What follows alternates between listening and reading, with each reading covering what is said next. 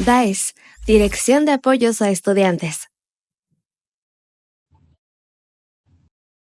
Bienvenidos a un conversatorio más del Instituto Politécnico Nacional. Soy el psicólogo Cristian Mesés Aviña, de parte de la Dirección de Apoyos a Estudiantes y del Departamento de Nutrición Juvenil. Les damos la más cordial bienvenida. El día de hoy el tema que vamos a abordar el conversatorio es el amor propio como fuente de relaciones sanas, en donde reflexionaremos sobre el amor, pero desde un punto de vista del amor propio para cimentar las relaciones saludables. Cabe resaltar que este es un viaje hacia la autoaceptación y el respeto personal. Para este conversatorio nos acompaña el licenciado Juan Armando Reyes Benítez, egresado del Centro Universitario Euroamericano. Él es un psicólogo, conferencista y terapeuta, con experiencia en adolescentes y adultos. Para iniciar, les cedo la palabra al licenciado en psicología Juan Armando Reyes Benítez para comenzar el tema. ¿Qué tal, Juan Armando? Hola, ¿Cómo ¿qué tal? estás? Hola, muy bien, gracias. ¿Tú qué tal? Bien, bien, gracias. Qué bueno, me da mucho gusto. ¿Te parece si podemos comenzar? Perfecto, perfecto. Estamos Perfecto, muy presentes. bien. Entonces, bueno, el día de hoy vamos a ver y a hablar un poquito sobre el amor, que es un tema bastante complejo. Y bueno, uno de los principales puntos del por qué he decidido hablar del amor es porque tenemos a veces ideas erróneas de él, ¿no? A veces pensamos que amor significa amor romántico. Sin embargo, el amor abarca muchas áreas de nuestra vida o varias relaciones en nuestra vida. Por ejemplo, en los amigos, en la familia, incluso con uno mismo.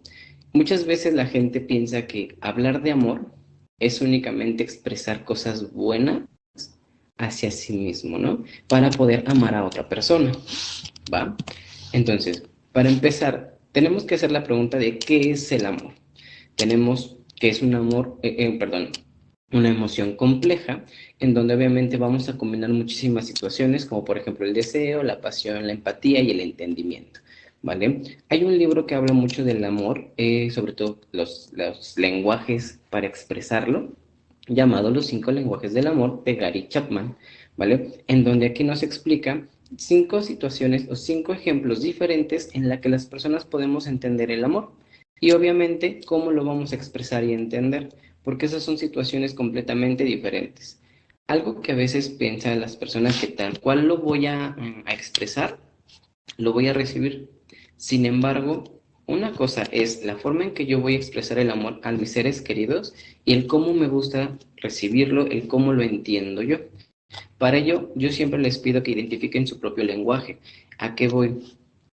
Lo más ideal sería que habláramos los 5 lenguajes del amor. Sin embargo, a veces tenemos más expuesto uno que el otro. Es decir, lo potencializamos más a través de lo que aprendemos en nuestra infancia. A veces, por el aprendizaje que tenemos, nosotros aprendemos a amar dando obsequios, a lo mejor dando muchas palabras de afirmación, a lo mejor teniendo mucho contacto físico, ¿sí? Porque así lo hemos aprendido a partir de nuestros cuidadores, llámese papá, mamá, algún tío, algún familiar mayor que esté en cuidado de nosotros, ¿vale? Y para entender esto, debemos entender que hay muchas expresiones del amor. Por ejemplo, lo siento, permítame tantitito.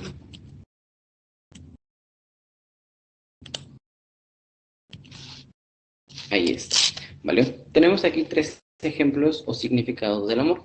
El primero es un sentimiento de afecto de inclinación y entrega hacia algo o a alguien, ¿vale? Esto es un sentimiento intenso del ser humano y esto lo redacta la RAE, la Real Academia Española, ¿vale? También tenemos que el amor no mira a los ojos, sino a la mente, y eso lo dijo Shakespeare. Y por último, el amor comienza con la apreciación física, llegando a la belleza de las ideas. Y esto lo dijo Sócrates. ¿Por qué elegí estos 3 conceptos o ideas del amor? Porque para mí significa el todo, ¿vale? Desde el cómo lo vemos de manera general como una emoción del ser humano, hasta cómo cada uno de nosotros le podemos dar una expresión diferente. Algo que hay que entender es que todos le damos un significado diferente a las cosas. Ya lo vimos aquí. El amor para Shakespeare es ver hacia la persona, observarla no directamente, sino hacerle como una pequeña introspección o una pequeña investigación hacia lo que es. a nivel mental y a nivel emocional, no meramente a lo físico o no meramente a la primera vista. Sin embargo, Sócrates habla que ese es su primer punto de inicio. Nos debe gustar la persona que amamos desde la parte física como un punto principal, pero de ahí viene justamente a lo mejor la admiración, la comprensión y la empatía que hablábamos al principio, ¿no? En ese momento, cuando nosotros ya empezamos a amar, entendemos que ya dejamos el enamoramiento de lado, ¿vale? Tenemos que entablar esos dos conceptos. Enamoramiento es el proceso de conocer a nuestra pareja o a la persona que tenemos al lado para poder comprenderla. Amar significa comprender cada uno de sus puntos, tanto positivos como negativos, para poder expresar este amor como una aceptación, ¿vale? Algo que a mí me gusta mucho comprenderlo desde esta manera es que el amor también es una decisión. Porque sí, a mí me puede gustar una persona, sin embargo yo tengo que tomar la decisión de muchas cosas, como por ejemplo el serle fiel, por ejemplo el cómo tratarla, por ejemplo el cómo vamos a llevar esta relación, ¿vale? Perfecto. Posteriormente, adelante. Perdón. Adelante, no, adelante, adelante. Ok. No sé por qué se me mueven un poquito las diapositivas, pero ahí está. Bien, les comentaba que existen 5 lenguajes del amor, ¿vale? El primero son las palabras de afirmación, ¿vale? ¿A qué nos referimos? Son palabras de entendimiento hacia la otra persona, que pueden ir en descripción de las cosas que hacen o del cómo se ve. A mí me gusta mucho poner el ejemplo de que los hombres no vemos cambios físicos en la mujer. ¿A qué me refiero? Normalmente estas peleas iniciales en la pareja de me pinté el cabello, pero mi pareja no se da cuenta, ¿no? A lo mejor solo cambié el tono por 1 o 2 puntos, pero mi pareja no lo observa, ¿no? Cuando nosotros somos perceptivos a ello, llámese por la vestimenta, por el maquillaje, por los peinados, etcétera, y mencionarle esto a la pareja, qué bonito te ves, qué guapo te ves con esa camisa, que bonita te ves con el cabello recogido, pequeñas cosas que alcen su autoestima, porque como pareja también tenemos este punto importante, ¿vale? El crecimiento tanto en la pareja como individual, ¿vale? También tenemos el tiempo de calidad, es decir, el tiempo que pasamos juntos. No necesariamente haciendo algo, puede ser desde ir únicamente caminando, acompañándonos haciendo alguna tarea o, por ejemplo, tomando alguna clase. A lo mejor no vamos a platicar mucho en el momento, sin embargo, el hecho de estar uno con el otro da muchísimo más de qué hablar, ¿no? Tenemos también los regalos. Son pequeños obsequios que le podemos dar a la pareja. Cuando hablamos de regalos, no necesariamente hablamos de comprarle las cosas más caras del mundo, ropa, zapatos, teléfonos. También tenemos regalos que son más importantes, como por ejemplo, escribir una carta, a lo mejor un chocolate, una rosa, que son muy, muy importantes en la relación. ¿Por qué? Porque hacemos sentir amado y comprendido a la otra persona. También tenemos los actos de servicio, es decir, tener pequeñas acciones hacia nuestra pareja que puedan ayudarla a terminar alguna tarea o a evitar alguna tarea que a lo mejor sea desagradable para ella. Por ejemplo, si a mí no me gusta cocinar y mi pareja sabe esto, probablemente uno de sus actos de servicio serían eso, ayudarme a cocinar. No como una obligación, sino como el hecho de ayudarme a evitar ese momento, ¿no? O en viceversa, si a lo mejor yo sé que a mi pareja no le gusta lavar los trastes, bueno, puedo hacerlo yo, no tomando una obligación, sino como un acto o un servicio hacia mi pareja. Y por último, el contacto físico, creo que se explica por sí solo, sin embargo, también lo podemos hablar aquí, ¿vale? Es decir, hablamos del apapacho, el beso, la caricia, los abrazos, esa sensación de contacto con la persona que aumenta muchísimo nuestra relación con ella. Del otro lado, debemos entender que también hablamos con el cerebro, ¿vale? ¿A qué me refiero? Dentro de nuestro enamoramiento y de nuestro amor, tenemos justamente cambios en nuestro sistema hormonal. ¿A qué me refiero? Un cerebro enamorado genera mayor placer a través de la dopamina. También elevamos la secretación de oxitocina, que genera apego, al igual que la serotonina nos ayuda a entender a la persona y seguirnos enamorando de ella. Esto también tiene su contraproducencia, no todo es color de rosa. ¿A qué va? Aumentando estas hormonas, lo que sucede en nuestro cerebro es que nuestro sistema, nuestra área prefrontal va disminuyendo su capacidad. Es decir, que tomamos una toma de decisiones más impulsiva en el enamoramiento. A veces, por eso es una posible explicación de que nos aventemos a una relación muy rápidamente, porque nuestro cerebro en este momento se desconecta con la toma de decisiones. ¿Vale? Voy a agregar un poquito algo. Hay un dato maravilloso que tocaste, lo del cerebro. Okay, Sobre todo, adelante. se dice que cuando estamos enamorados, segregamos serotonina y dopamina. Y algo muy curioso, que eso sucede también con el chocolate amargo.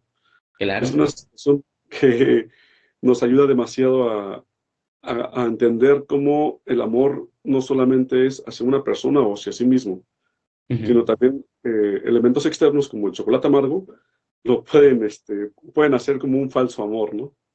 Claro, justamente algo que debemos entender del amor es que toca mismas áreas que una adicción. Por eso es muy propenso que nosotros nos hagamos adictos a nuestra pareja. El circuito de recompensas, que es el área de la dopamina, todo el circuito dopaminérgico, se activa mayormente, al igual que como el ejemplo, comer un chocolate, algún alimento que te gusta, el ejercicio, también es hablar de, a lo mejor, comprar. Estas pequeñas áreas se siguen encendiendo y lo repetimos constantemente. Por eso alguna frase dice que el amor es una adicción más. Pero es importante entender que para el enamoramiento debemos tener un reconocimiento de la pareja. Nos debe gustar tanto física como mentalmente. También nos debe generar cierta seguridad y también debe tener un reconocimiento social. Cuando nosotros nos enamoramos de una persona, vemos su círculo social y empezamos justamente a ver cómo lo admiran otras personas, lo que genera que tengamos más admiración y sobre todo este placer y apego hacia ellas. ¿Vale? Ahora sí, vamos a hablar perfectamente o directamente, mejor dicho, sobre el amor propio, ¿vale? Aquí lo que debemos entender es que es una manera de cuidarnos, una manera de respetarnos y fortalecer todas nuestras áreas, al final del día, corporales, intelectuales, espirituales y emocionales, ¿vale? ¿Por qué? Porque somos un conjunto, somos seres biopsicosociales y espirituales. Cuando yo les hablo de espiritualidad, comúnmente me dicen, y hay muchas personas que con todo respeto lo voy a compartir, me dicen, es que yo soy ateo, no le creo a ninguna religión. Entonces lo primero que se me ocurre es, bueno, pero ¿crees en la ciencia? Sí, es comprobable, bla, bla, bla, me dan su explicación. ¿Y crees en el karma? Sí, también, porque todo lo que haces recibes y todo lo que haces bueno y malo llega a ti. Ok, y me siguen explicando. Espiritualidad no se refiere únicamente a alguna deidad o alguna religión. Refiere también a creer en algo más grande que nosotros, algo que nos ayude a explicarnos el porqué de las cosas o el por qué estamos aquí, ¿vale? Nos ayuda a regular nuestro comportamiento. Lo explico porque si hay en la audiencia hay alguien que tiene esta idea de que no cree en ninguna religión y cree en la ciencia y cree en otras cosas, bienvenido, tienes espiritualidad. Ahora, aquí coloqué una imagen de una plantita. ¿Por qué? Porque cuidarse o tener una mejor autoestima es como regar una plantita. Es regarnos diariamente con algunos logros físicos, algunos logros espirituales, algunos logros cognitivos, que serían a lo mejor aprender algo nuevo, acercarme más a la religión que yo profese, o incluso el hecho de levantarme de la cama y no necesitar de alguien, son pequeños logros que comúnmente no vemos, que comúnmente dejamos de lado porque o son nuestra obligación o porque comúnmente lo hacemos tan diario que ya se nos olvida. Pero cuidarse es justamente eso, reconocer que hasta el mínimo esfuerzo, y pongo mínimo entre comillas, es más grande. ¿Por qué? Porque lo seguimos haciendo. Y eso habla de nuestra autonomía y de nuestra autoestima. ¿Vale? Ahora, Para entender y hablar de amor propio, a mí me gusta utilizar esos tres pequeños conceptos, ¿vale? El autocuidado, el autoconcepto y el autoestima, ¿vale? El autocuidado es la manera en que nosotros cuidamos de nosotros mismos, es decir, que cuido de lo que me digo, de cómo me alimento y con quién me rodeo. Cuidarse o tener esta parte del autocuidado no solamente es hablar positivo, tóxico, por llamarlo de esta manera. ¿Por qué? Porque cuidarse también es entender que tenemos defectos, es entender que tenemos ciertos problemas que sí nos afectan, pero podemos comprender y abordar, ¿vale? Tener autocuidado no solamente refiere a hablarme bonito y decir que qué guapo me veo el día de hoy, que qué bonita amanecí, sino también entender que lo que no me gusta es parte de mí y hablar de aceptación, ¿vale? Eso ayuda mucho a cuidarnos, pero también teniendo actividades que podamos tener como ocio o recreación. Hay gente que va al gimnasio por autocuidado, no por vanidad ni ponerse súper hinchados, ¿no? Sino que lo hacen por un cuidado propio. Hay gente que va a un spa, hay gente que sale a caminar, hay gente que se pone a leer como su ritual de autocuidado y está bien. Son actividades que nos sumen en nuestra forma de cuidarnos, de protegernos y de entendernos, ¿vale? El autoconcepto. Hablamos aquí justamente de la imagen que tengo de mí en mis creencias, en mis valores y en mi forma de actuar. Es como una carta de presentación que tengo de mí hacia mí mismo y que posteriormente voy a entregar a alguien más, ¿vale?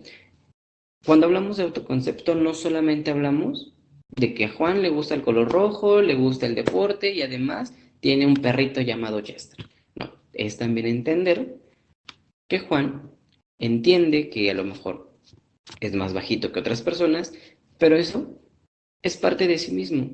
No me da ni me quita, es algo que aceptas y es algo que tú vas interiorizando y que puedes presentar a alguien más, ¿vale? Y tenemos el autoestima, que es parte del amor propio, es valor propio, es una autovalidación, autovaloración y nos ayuda muchísimo a mejorar nuestra relación con nosotros mismos. Como lo he dicho en los anteriores conceptos, no solamente es hablarnos bonito.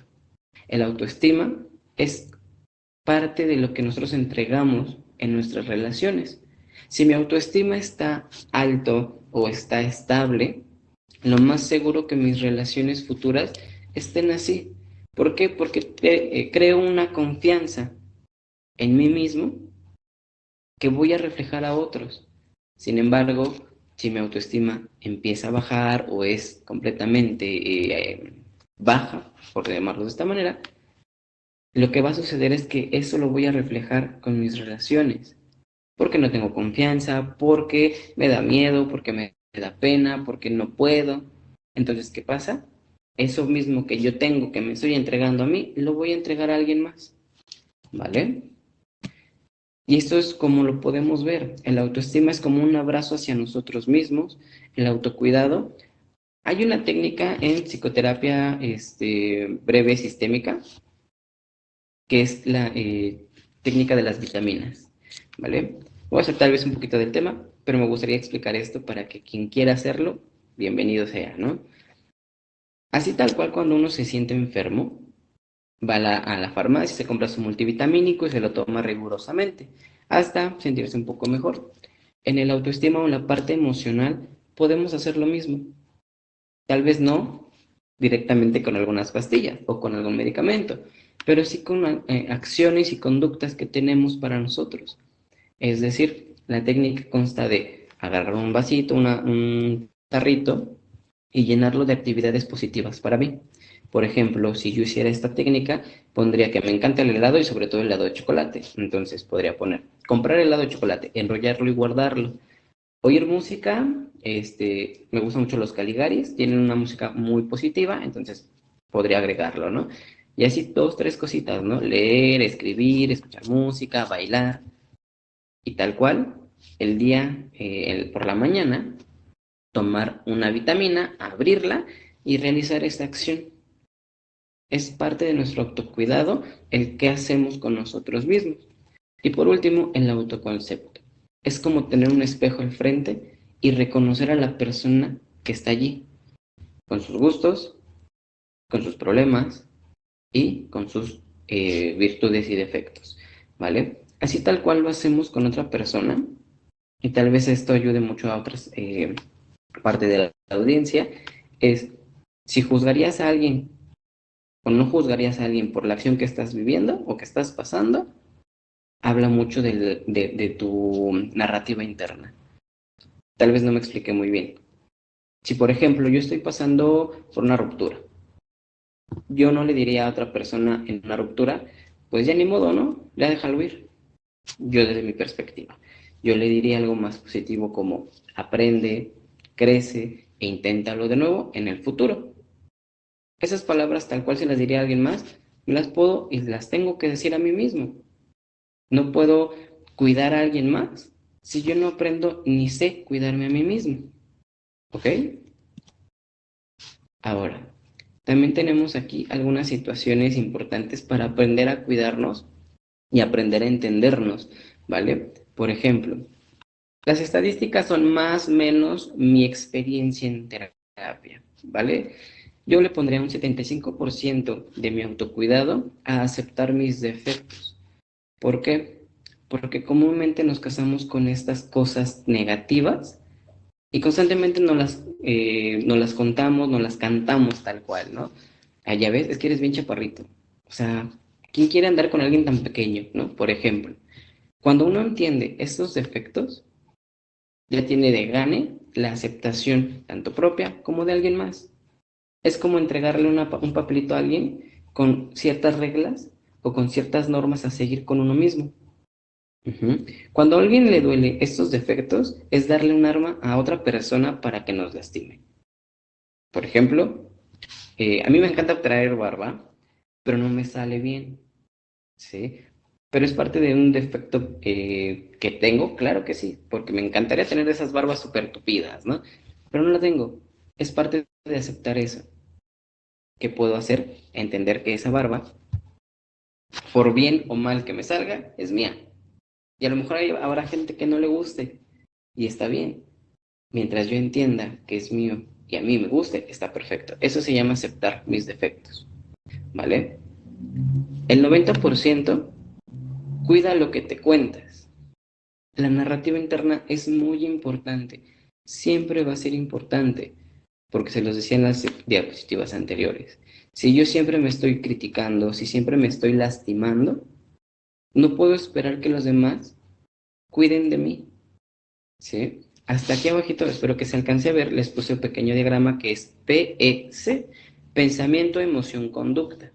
Nuestros pensamientos siempre van a evocar una emoción, tanto positiva como negativa, o placentera o displacentera.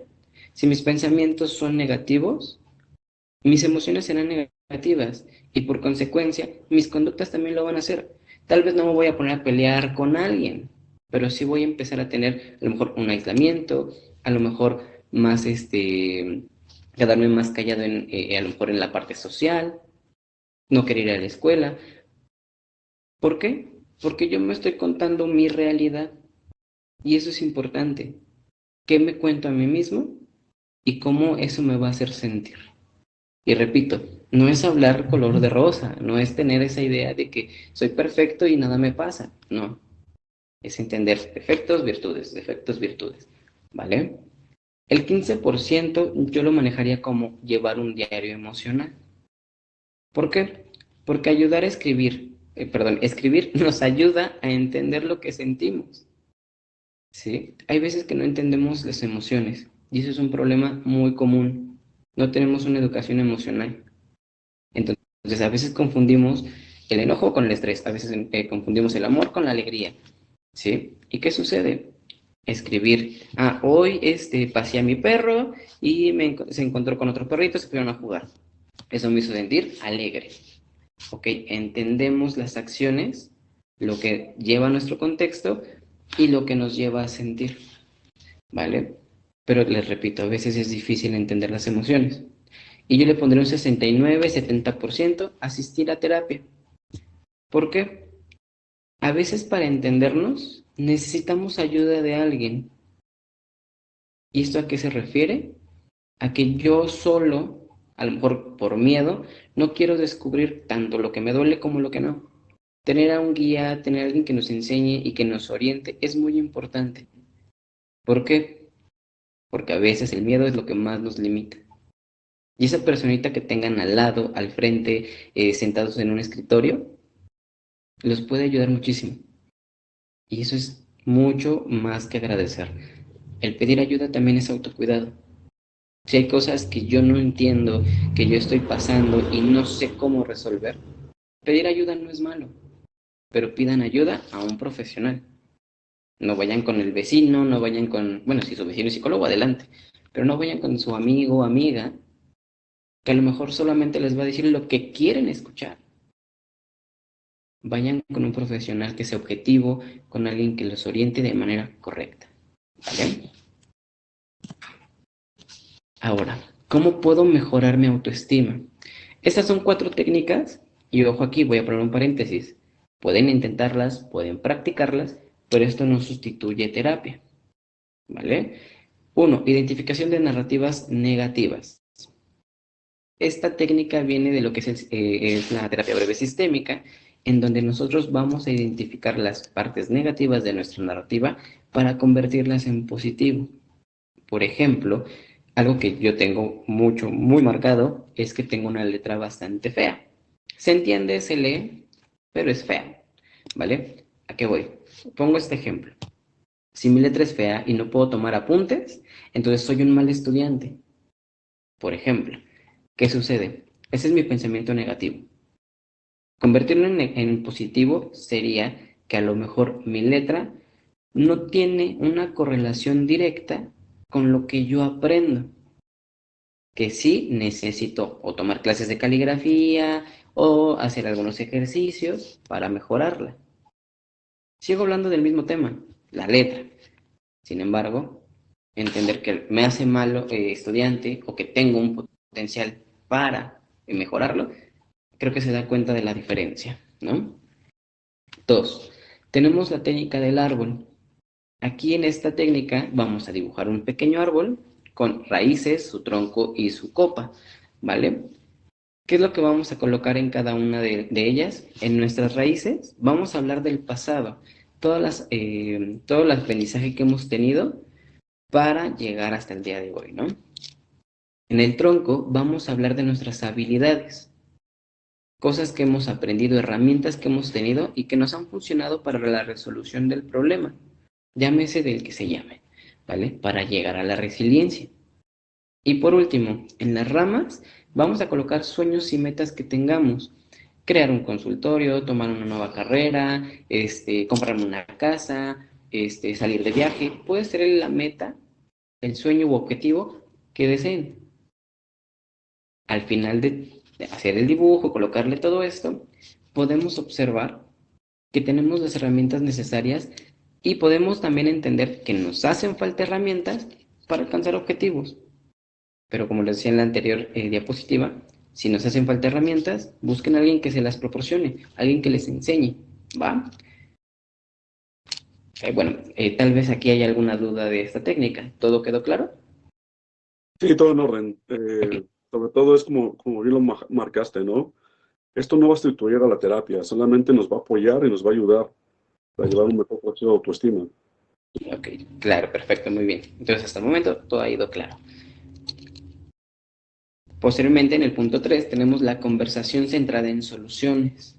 Es muy similar a la técnica del árbol, ¿vale? Pero ¿qué vamos a hacer aquí?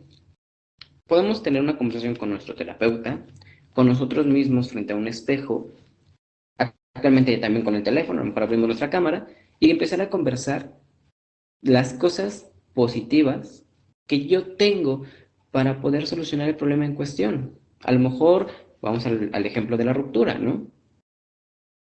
Abro mi camarita, me veo en el espejo y hablo de todas las habilidades que tengo para solucionar ese problema o salir de ese problema, ¿no? Ok, a ver, Juan, ¿tenemos la habilidad de relacionarnos con otras personas? Sí.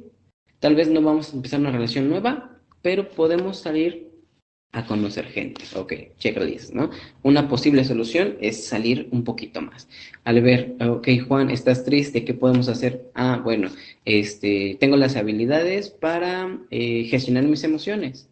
Ok, cada vez que te sientas triste, entiende que estás triste, digiere tu emoción y sal de ella, ¿no? Ok, son pequeñas cuestiones que yo tengo que analizar. A lo mejor ahorita en el ejemplo lo hice muy rápido, sin embargo a veces no lo es. Puede ser que yo piense y piense y piense en el problema y no encuentre solución. La idea de esta conversación es hallar al menos una. Y una solución puede ser controversial, no ir de A más B igual a C. Puede ser que yo tenga A, Z, X y llegue a C. El camino no importa, ¿vale? Sin embargo, la solución o el resultado es lo que nos debe importar o nos debe satisfacer, ¿vale? Por último, esta técnica sí o sí debería ir llevada por un terapeuta, sobre todo un terapeuta breve sistémico, que se llama la prescripción del síntoma, ¿vale?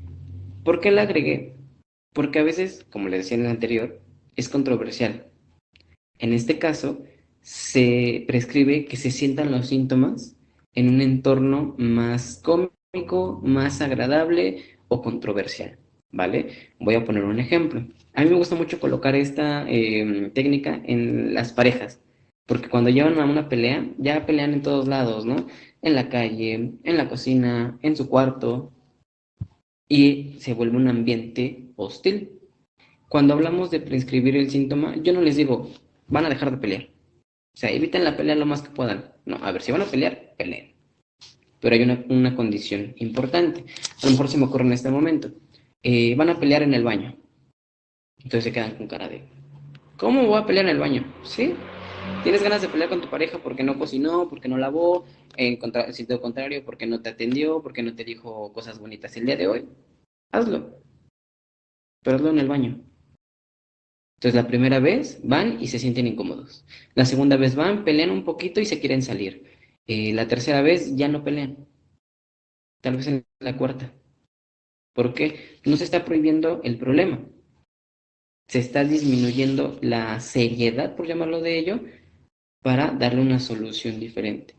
Entonces, a veces, en algunos casos me ha llegado parejas que me dicen, oye, ¿sabes qué? ¿Funcionó?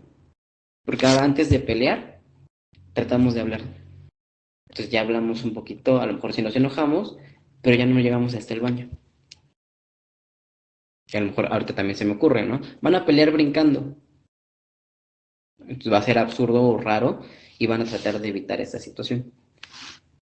Les repito, por eso tal vez esta técnica la puse al último, por el hecho de que sí debe ir guiada por un terapeuta, ¿vale?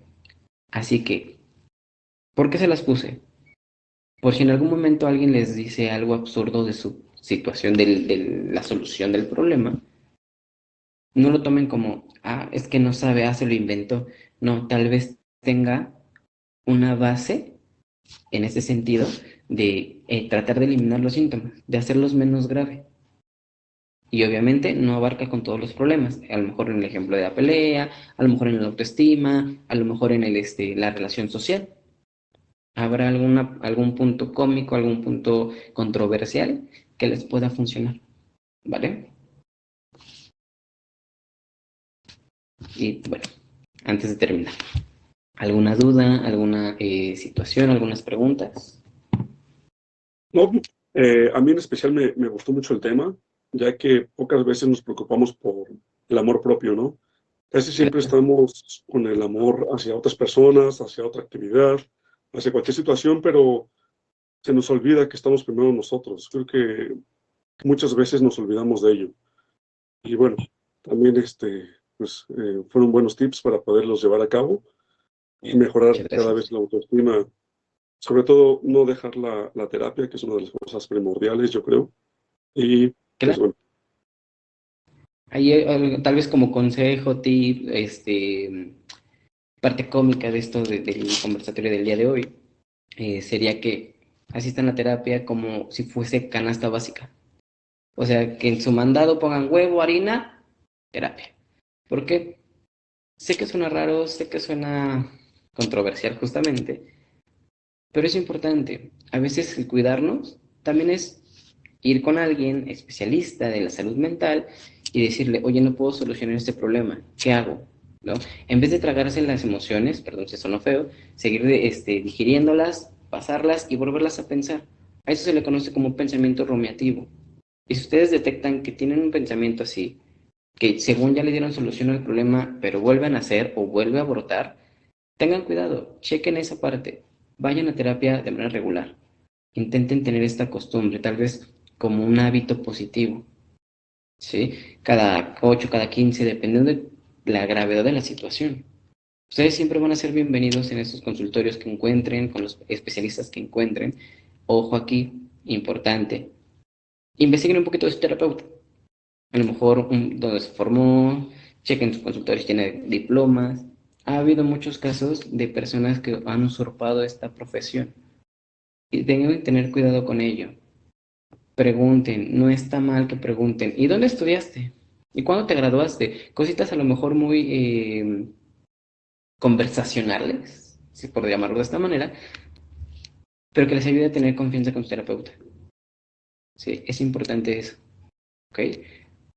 Y bueno, de esta manera entonces sí, terminamos nuestra conferencia, nuestro conversatorio y cualquier duda, cualquier situación, estamos para ayudarles, ¿ok?